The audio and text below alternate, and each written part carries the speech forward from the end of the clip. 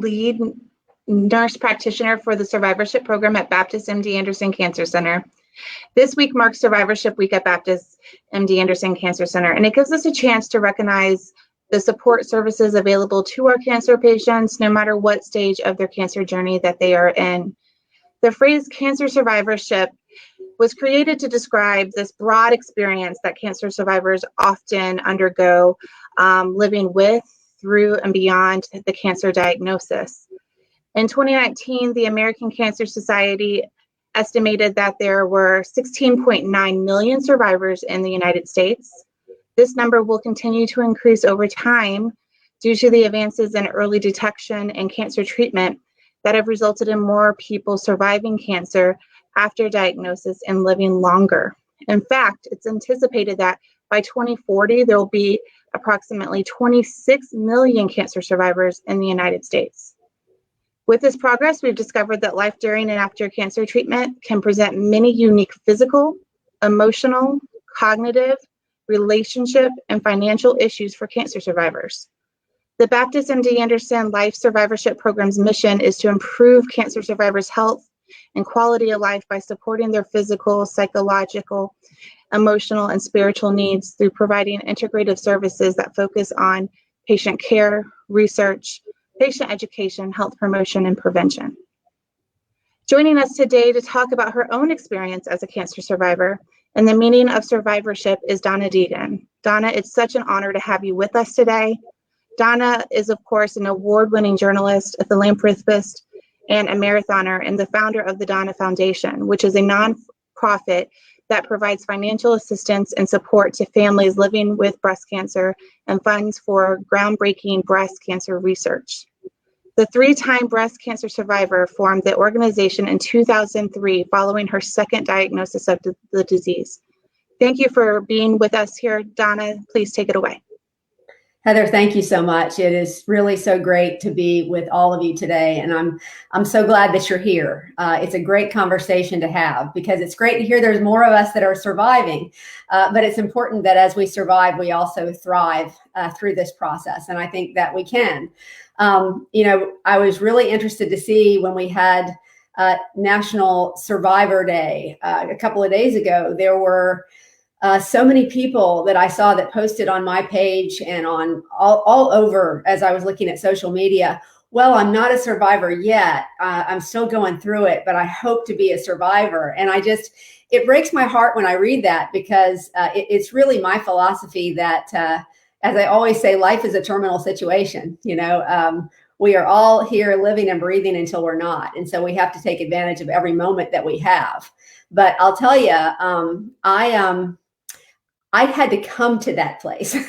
I had to get to that place from a very far distance away. So I understand why people feel that way, especially initially when they've first been diagnosed. It's very overwhelming. And I think for me, we're talking now, 1999 was the first diagnosis that I had. I was 38 years old. And I think I started, as most type A people do, with the illusion of control. I remember, first of all, thinking that there was no way at 38 that that little lump in my breast was going to be cancer. And actually, when I first went to radiology, they said, "Oh yeah, this is nothing. We don't think this is anything." And by the time I got home that evening, I had a number of messages on my answering machine to call, and I had a very small but very aggressive form of breast cancer called triple negative breast cancer. But I really saw it as I'm going to take it as an appointment on my calendar. I'm going to write down the chemo. I'm going to go. I'm going to knock it out. I'm going to get right back to my life. I had been that girl. I was a very goal-oriented, still am a very goal-oriented person. And I was right on trajectory for everything that I had wanted to do with my life. My two wonderful children, my boy and my girl. I was anchoring the news in my hometown, which was my lifelong goal, to be a journalist at home in Jacksonville. And life was just going along exactly as I had planned it. And so when I got this little curveball, I thought, okay, I'm just going to write it down as an appointment, and I'll be done with it soon. And at first that looked like a pretty decent plan. People were wonderful to me. They went with me through all the sickness, the hair loss, all the wigs. We had fun naming the wigs. But at the end of the day, I always assumed I would be okay. And so it was a real punch in the gut to me when less than 2 years later, I was diagnosed for the second time. And the cancer had gone from my breast to a deep lymph node. At that time, when I was first diagnosed, they didn't have that sentinel node biopsy and the things that they have now where they can actually detect if it's gone to the sentinel node. And I guess that's really probably what had happened. But that's when it really got my attention. But I very fortuitously, I went to my boss and I said, look, you know, the viewers have been great. They have gone through all of this with me. They've really suffered through all of that first bout with me. And I just don't feel like talking about this on television nonstop again. I feel like it's something that people are probably exhausted from. What if I just start a blog, which we called an online journal back then? And I'll talk to anybody who wants to talk about it. I'll sort of chronicle my experience and I'll hopefully get others to engage about theirs. And it was really during that time that I started hearing from people all over the First Coast who were telling me they were having to choose between food and medicine. And it's interesting because I remember when I was very first diagnosed saying to my doctor, listen, I don't want to be the poster child for this disease. I want to move through this. I want to be done with it. I don't want people to think about me and cancer in the same, you know, in the same breath. Right. So she said, well, you can decide that. But whether you want to be a poster child or not, you're probably going to be. So you might as well embrace it. And certainly with that second diagnosis, I did that. I was scared by the time I got diagnosed the second time. And connecting with all those people out there during my blog was very, well, it was eye-opening. I was really not aware how many people struggled financially while they were going through breast cancer. And so in a way, for me, it helped me take the focus off of me and my fear and to focus on something else outward. And so I started the Donna Foundation back in 2000, I think it was 2003, as a means of helping those people who are making those impossible choices between food and medicine. I'll never forget the first woman that ever wrote into me was in the middle of her treatments and actually had to stop and pause because her husband, who was a construction worker, got kicked off of Medicaid because he had to buy a truck because his truck broke down. Some sort of complicated scenario in which they lost their ability to get their health care, at least for a period of time.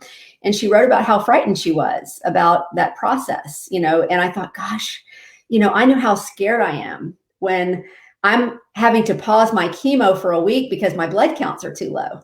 And I'm thinking, what is the cancer doing? Your mind, you know, runs crazy with all those things. And all of these things were steps on a path for me. The foundation was a wonderful way to flip that lens and look outward into the community, into what I could do to help. But I was initially, as I said, a very reluctant servant because I didn't want my life to be about cancer, or at least I didn't think I did. But the more I heard those stories and the more the foundation was able to help people, it was really such a cathartic experience to be able to see outside of my experience of having a good job, having good insurance, having that family structure around me, and hearing from so many people who really had none of that. And that's still the case for so many today. But what the foundation is able to do is to provide a safety net for those folks. We have our Donna Care line, which navigates a patient through the entire process of, and Baptist has been fantastic, by the way, in referring people to that. It's a scary time for people, right? It's you know, if you're somebody who's been through it, it's a confusing time. It is a time when you don't even know which way is up half the time. And in that period of time, you really need somebody to help you and hold your hand and take you through it. And that's what the Care Line does, in addition to providing financial assistance to those who qualify for that. And of course, it was shortly thereafter that we decided we were going to start the National Marathon to finish breast cancer. And the reason we did that is because they always say, marry your passions, right? And my passion was running. And so my doctor at the time was also a runner, and we ran together. I always say I never felt bad a day in my life until I met her. She put me through chemo, and she used to drag me down the road and run faster than I did. But she and I started to talk about how she could get more money for research, and I could get more money for the underserved with breast cancer. And so this whole idea of starting our own marathon, came about between us and Jeff Galloway, who's an incredible human being. He's a 1972 Olympic marathoner. And I ran into Jeff at the Gate River Run one day, and he had said to me, "Why don't we train some people to run a marathon to raise money for your foundation?" And we did that. In the first year, we raised $86,000 or something like that, almost $100,000. We had 86 people, raised over $100,000. That's what it was.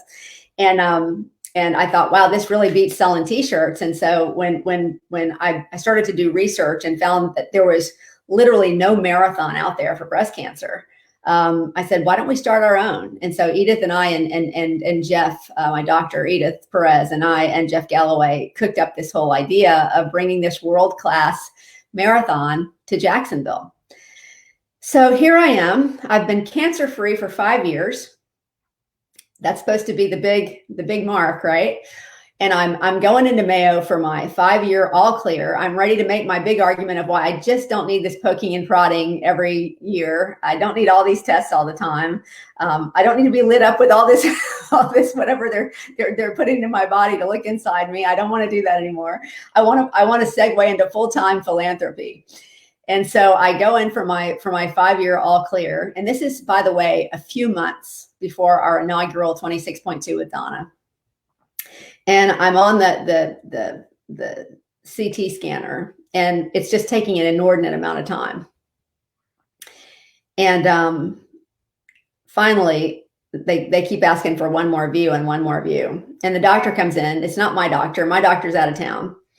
And he says, "Mrs. Deegan, I'm sorry to tell you this. I know your doctor's not here, but I know that you're used to dealing with this stuff, and I'm sorry to tell you that your cancer has returned, and this time it is in your left lung."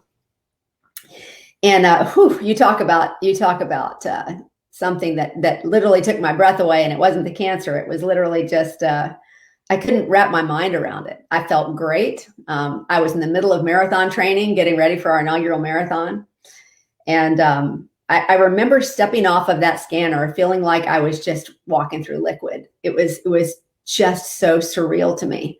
And I walked into the waiting room, and I grabbed my husband's hand, and I said, "Get me out of here." And we walked silently all the way out to the car, and then got in the car. And I don't think I said anything for the longest time. And finally, the only thing that I could think of to say was, "You're going to have to help me learn how to live, because I'm not going to live whatever life I have left on this planet in fear."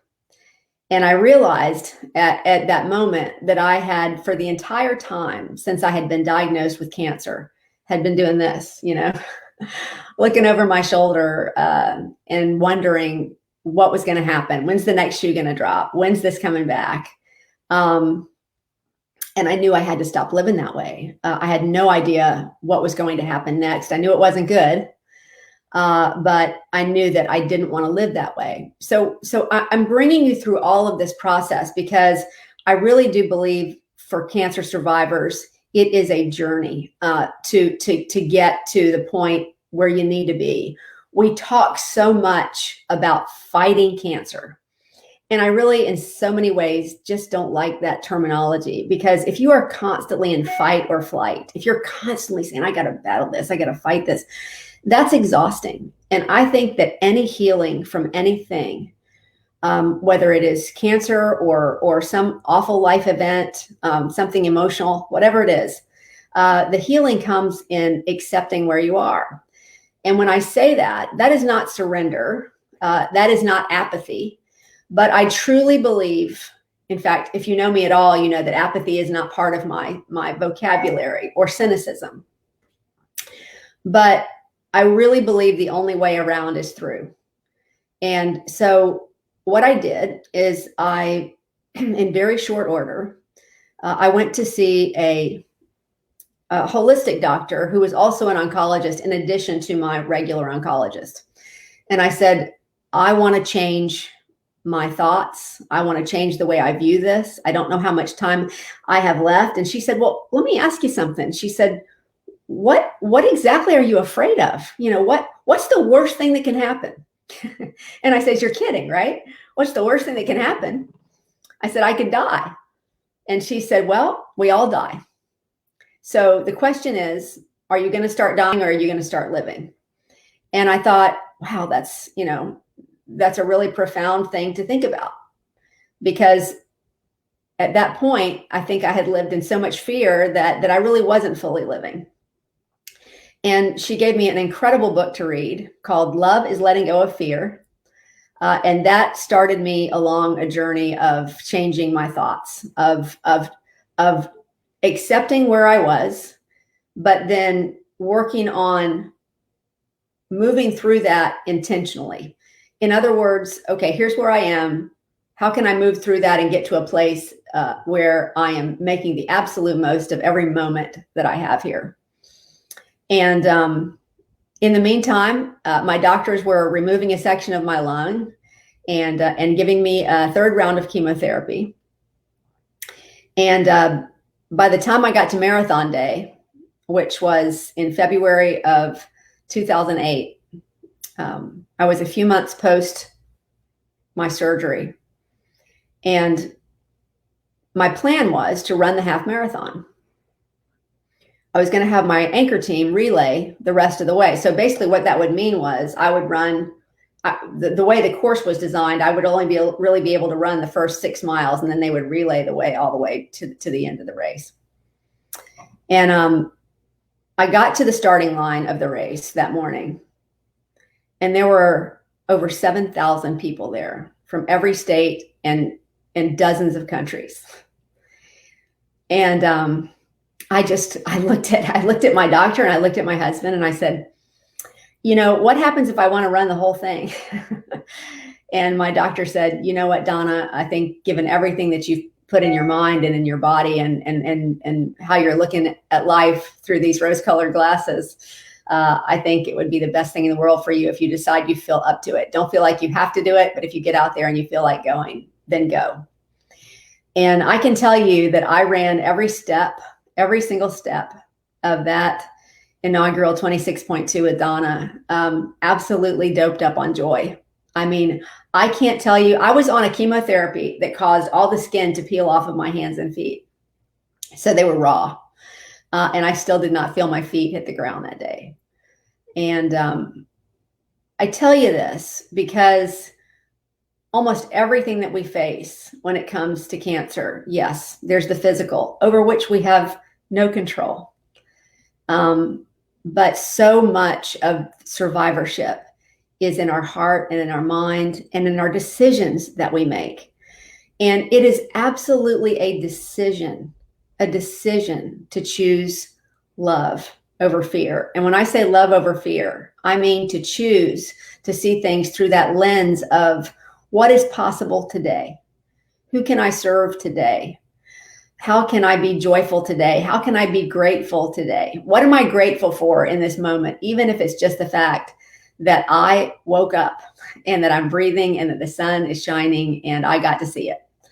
And I have gotten myself in that habit of daily gratitude, making myself a daily gratitude list of all the things that I am grateful for on any given day. That's a daily process for me. And look, that doesn't mean I'm not human. I still occasionally have my 3 o'clock in the mornings. My heart still beats a little faster when I have to go in and have my tests.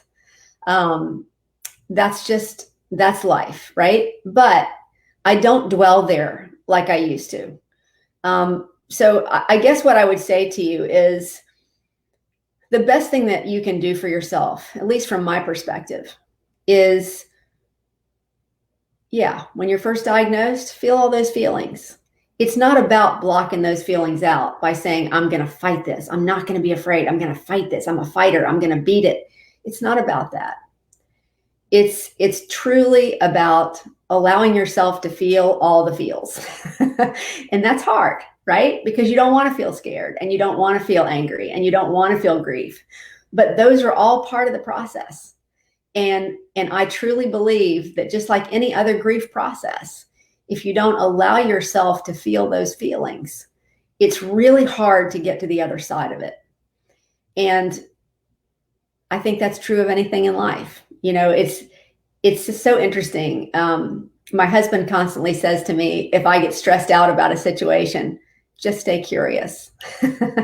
Just stay curious. Don't assume an outcome. Don't worry about an outcome. Just see what happens. Let it sit there and see what happens. Let it sit with you. And I'm very fortunate that way. I have a husband who is, I call him my Zen master, because I still tend to be a very type A person. But I really have very much changed the lens through which I see life.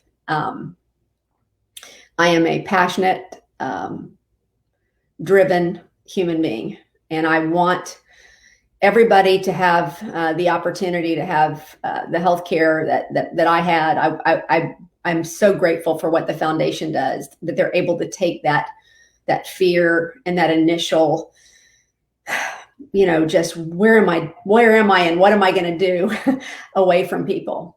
And I love the fact that we help fund groundbreaking research that will bring us closer to a cure.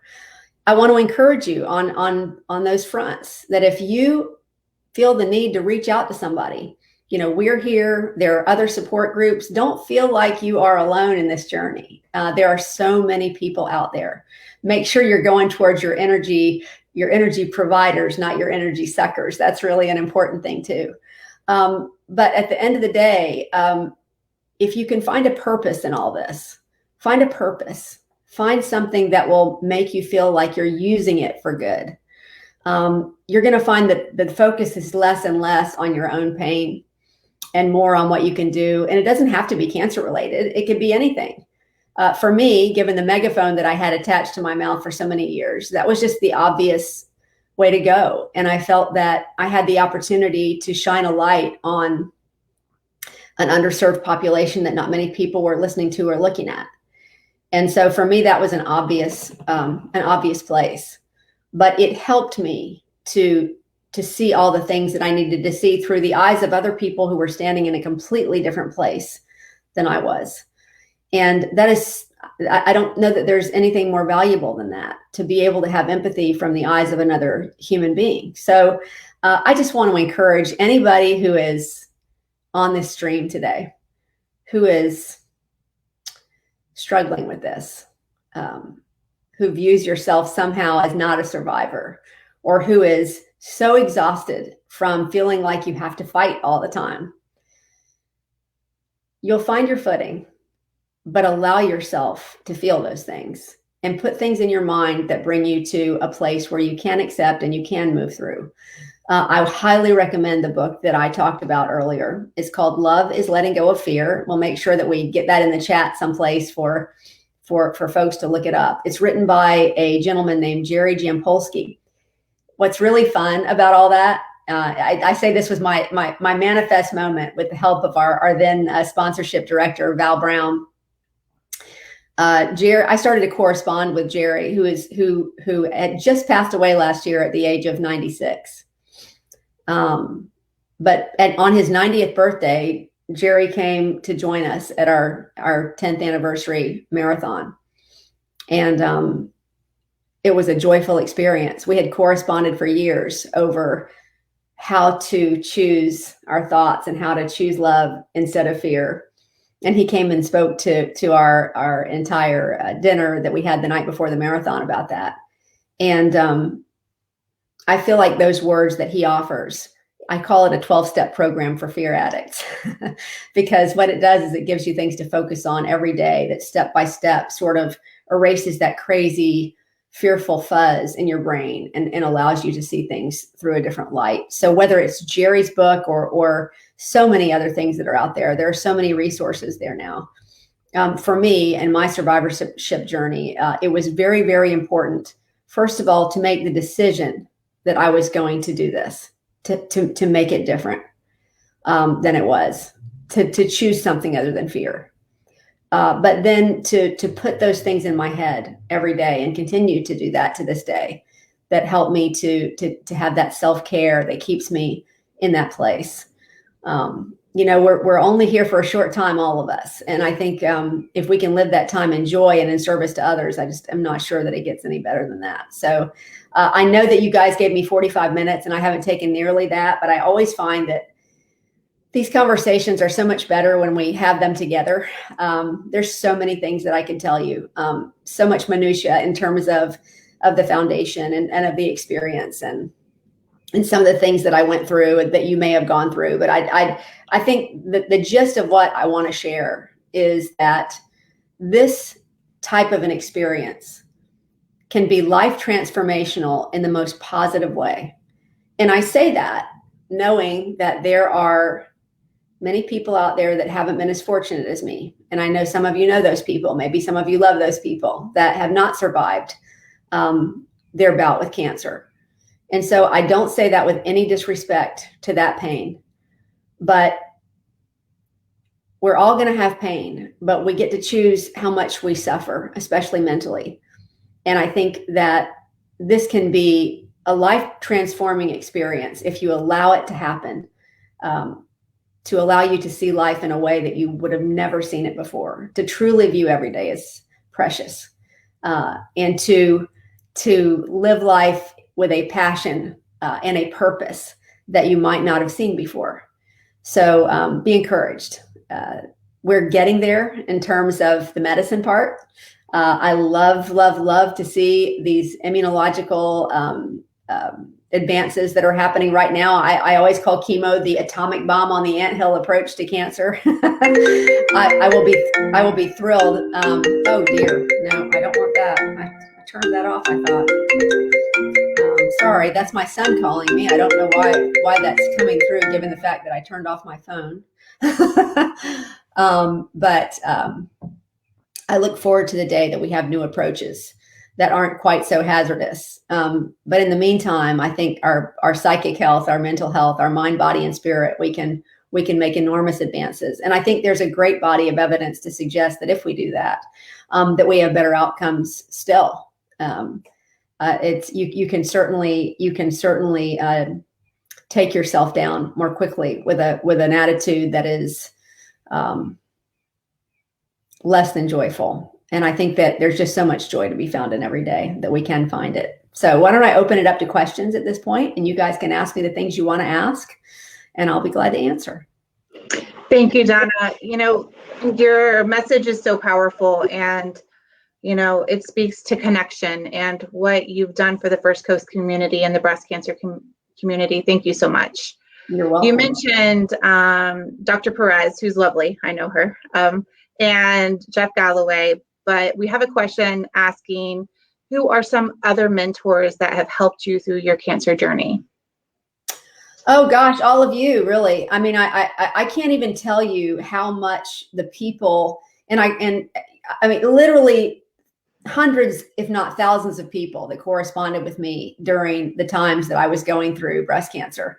It's so, you can feel those prayers, you feel those people with you. You feel their experiences. There's a bond there that it's really, really hard to describe between anybody that's ever gone through cancer. And that's why, I said the other day, I really think there's a love bond there for anybody who's ever had to go through that. And they know how, it's sort of this invisible, like a curtain that you pass through. One day you're just this regular person, and the next day you're a cancer survivor, and it's weird. And it's life shattering and life altering at first. And then you always view life a little differently after you've been diagnosed. So I would say that, the people that have been along with me on the journey with the foundation, the runners that run with us every year, the people that I've corresponded with, those are all people that I consider to be mentors. And then just everything that I put in my brain. Like I said, Jerry became a friend who wrote that wonderful book. And I tend to gravitate toward people who look for a higher purpose in the things that we go through. And I think if you could find that person, that's very, very valuable. Another question. Did you ever have moments where you felt defeated or struggled to find passion or energy? Oh gosh, of course. I remember when I was going through chemo the very first time, anybody that's been through breast cancer treatment is going to know what I'm talking about. I had what they call the red devil, which is something called, it's adriamycin and Cytoxin is basically the cocktail that you get when they're, that's the atomic bomb on the anthill that I talk about. and that just absolutely flattens you. And I was one of these, I'm going to run every day. I'm going to keep doing all the things I did. And oh boy, I could barely make it from the couch to the bathroom most days. And so, yeah, I felt that's the thing that where your mind can really get tricked too, because I had this tiny little lump, right? That was taken out. And now I'm going, and now I feel terrible. I don't have any hair. I look like, I've got circles under my eyes. I'm sick to my stomach. I'm exhausted. And I have to remind myself daily, this is not the cancer. This is the cure. So yeah, I had many, many of those days. And certainly, along the entire journey, there were days where if you don't grab your mind and bring it back, you can go to pretty scary places. And I'm sure I've done that. I'm sure I still do that occasionally, but I think as long as your overall trajectory is not there, that's where you need to go. But yeah, certainly many of those days, please don't leave this conversation thinking that I somehow was able to get myself to where I didn't have those moments. Absolutely did. And occasionally, of course, still do.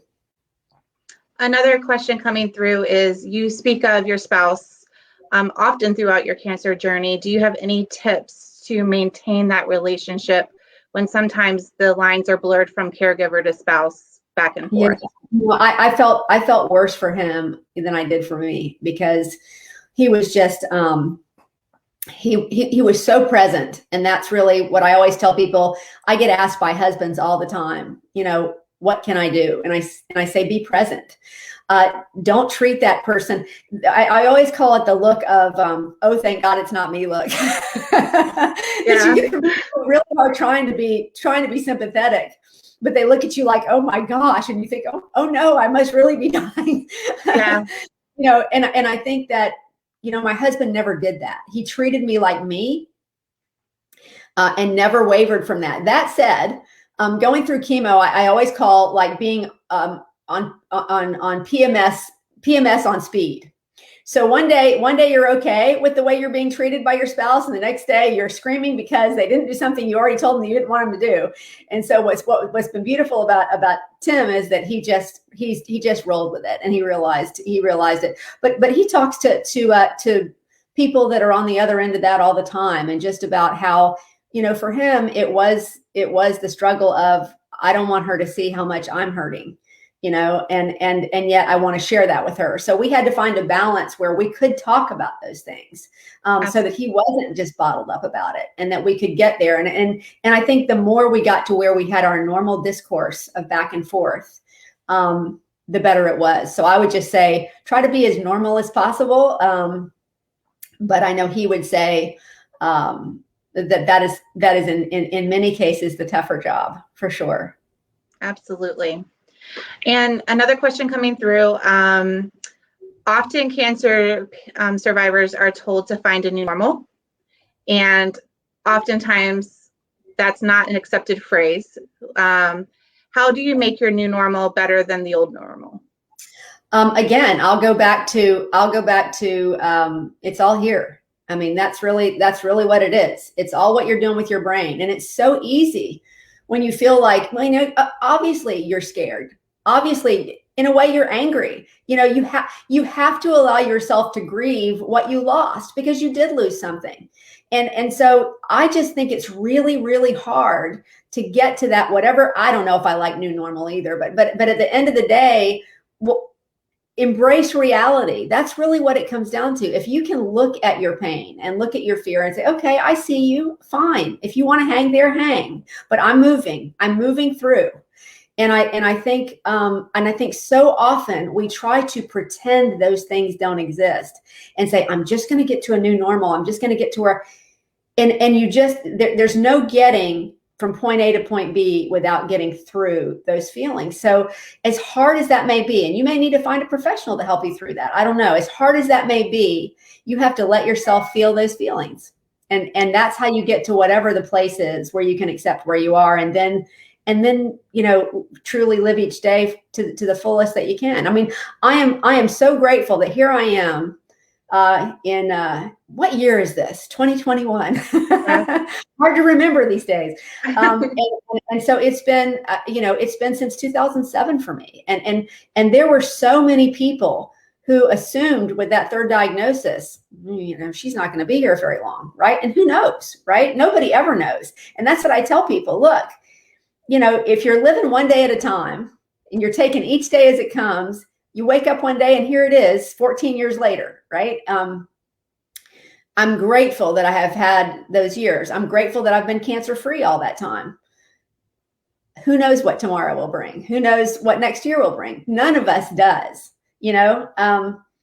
So I just feel like it's so important to get to that point where it sounds so cliche to say living in the moment, because I hate everything sounds so, I don't know, new wavy, whatever you want to say.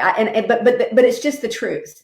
You have to live where you are. You have to accept where you are and then live where you are and find joy in that. And I 100% believe that's possible because I've been able to do it.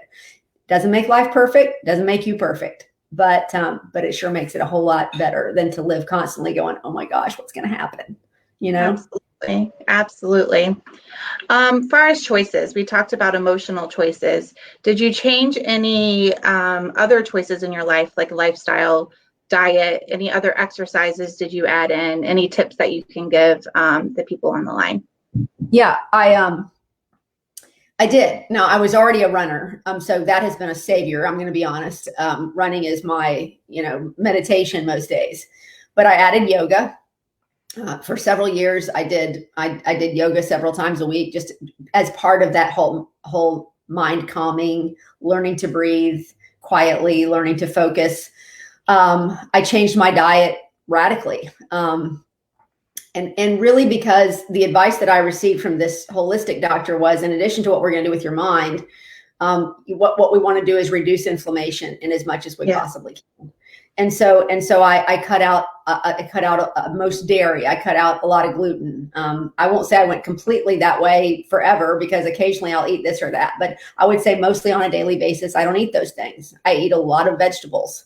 I always make sure the meats that I eat are organic or grass fed, but not everybody has access to that, right? I wish everybody had access to that. But for me, those were the changes I made, in addition to a daily gratitude practice and other things that I put into my mind. But that's when I say you make a decision, people go, well, it's just not that easy. No, I didn't say it was easy, but it is intentional. When it's habitual. You have to make those steps, those dietary changes, those whatever it is. You have to make all of that habitual to where it becomes almost like breathing to you. And you know what? If that's not your thing, I'm not saying that that's the end all be all, but you asked me what I did. And I think you have to find whatever practices work for you to calm you. What dietary things make you feel better in your own skin? And I think there's just so much great information out there. I think I'm sure you guys offer nutritional advice on what people should be putting in their bodies or not putting in their bodies. They certainly tell you don't put too much alcohol in there. That's not a thing that you want to do.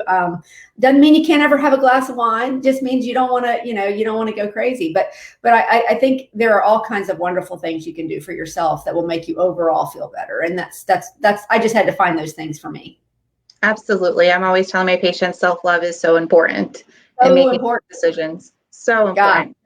Gosh, I can't even stress that enough. And you know what's so interesting, Heather, is I think so many of us, especially women, I'm just going to say especially women, We never give ourselves a break. We never give ourselves a break for anything. We are always, oh my gosh, why did you do it that way? Why you're this, you're that, you're not good enough at this. You don't belong here. We're constantly putting that pressure on ourselves, to where it's almost a self-loathing sometimes. And you really have to get yourself to that point of self-love. I think it's so important. And you get there by taking those steps that you were simply talking about there, whatever that is for you, find that. Absolutely. One more question. You referenced the time you had your CT scan and you unfortunately got what they call bad news. How do you progress through your subsequent scans? Do you have any tips or any rituals that you do to help manage the anxiety? Yeah, like I said, I really think that was when I first started my scans. They had to give me medication and put a cloth over my eyes just to get me in that machine and to stay in there. That's how fearful I was when I first started having those scans. So my goal with a lot of the meditation and the mind, exercises and the breathing exercises was to get myself into a place. I had a mantra that I would say to myself, and I still say it. I still say it when I'm out running. I'm whole. I'm happy. I'm healthy. I am life. I am love. I am harmonious. I am abundant in all good things. Only good things to me. And I say that knowing that anything can be a good thing as long as we can get it there. And so I think the whole idea of that is to get myself into a place where I'm calm and okay. And so I subsequent scans were less and less scary. You're never going to love them, but I do think I am to a point now where when I have to go in and get my, I have the BRCA2 gene. So I have to go in also to see a gynecological oncologist where I get scanned, where I get the sonogram and all that stuff every 6 months to make sure everything's that's just it, honestly, to me, it has now become very much of a okay. I'm moving through the next. I always try to put myself in a very positive place, but I guess I just don't have. I don't have that same crazy fear that I used to have. I guess I feel there's a calmness that I have been able to achieve through all those things that I've done, and continue to do on a daily basis that I have made habitual. So I think I don't have nearly the level of anxiety, but again, I'm going to say it's intentional and something that you have to do and work toward every day. Absolutely. Another person asked, do you feel like there's enough community resources here at the First Coast, and do you rely on any yourself? Well, obviously, I never feel like there's enough, right? And anybody who's followed me knows that I would love to see certain policies changed to where we didn't have people that desperately needed the safety nets that they need and that fall through them. I say sometimes, even with what we're able to provide and with what we have so many wonderful organizations out there doing the very best they can to provide for folks that can't afford what they need. But in many ways, it feels like putting a finger in the dike, right? Because there are just so many people out there that don't have the resources they need. But here's what we do have, and we're so fortunate in Jacksonville that we really have. If you're going to get sick, man, Jacksonville is the place to do it, because we have probably more resources than most cities around the country. So, right. In terms of support, I know you guys have a support group. We always were very, very involved with Bosom Buddies, and But at the end of the day, some people don't like that stuff. Some people don't feel comfortable in a support group. So it really comes down to what you're comfortable with. Support groups as such were not my thing, to be honest, because I had all of you guys. I felt like I was constantly getting that feedback and that love and that connection that I needed. But if you don't have that in your life, I would highly suggest if you think it would be helpful to you to reach out. And look, that's another thing, and I tell people to call the care line. There's all sorts of resources there.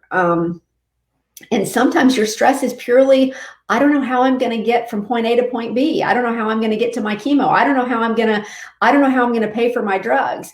And there are so many programs out there when you call the Donna Care line that they can say, oh, you know what, you're taking this. Well, here's this program that this drug company has, or this there's another pocket of money that we can help you with this bill. There are so many things. And I think part of it is just to get everything to slow down. It's like learning a foreign language. When you first hear somebody speaking a foreign language, it sounds like it's so fast, you can't even imagine how anybody's, and the more you understand it, the more that language seems to slow down. And I think that's what we try to provide for people, with the care line, is to get that fearful time to slow down. But, it's been incredibly challenging during the pandemic, especially. I think we had almost a doubling of the people that came to the care line asking for assistance. And there are so many of those people that still haven't made their way out of that hole. So we do have some wonderful resources here. I'm never going to say it's enough, but I think there are places to go to try to aggregate, that stuff. And I think the foundation is one of those places. Well, Donna, if you could see all of these comments, you have so much love coming in. I hope you get a chance to look at them later. They just have nothing but the world to say about you. You definitely are the sunshine in their cloud. Thank you so much. Oh my gosh. Well, thank you guys so much for giving me the opportunity to be here. I feel like very much I am still here because I believe in prayer, and I also believe in sending people positive vibes. And I have felt every single one of those, I promise you. And I believe it's a big reason why I'm still here. So thank you. I appreciate you. Absolutely. I think this talk today has helped so many people going through cancer, living beyond cancer. I can't thank you enough.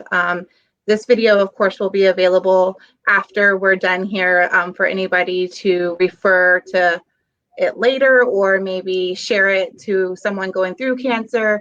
I hope we can reach out to the person that needs it today. Thank you so much. All right, guys. Well, I hope you have a good afternoon, and happy Survivorship Week.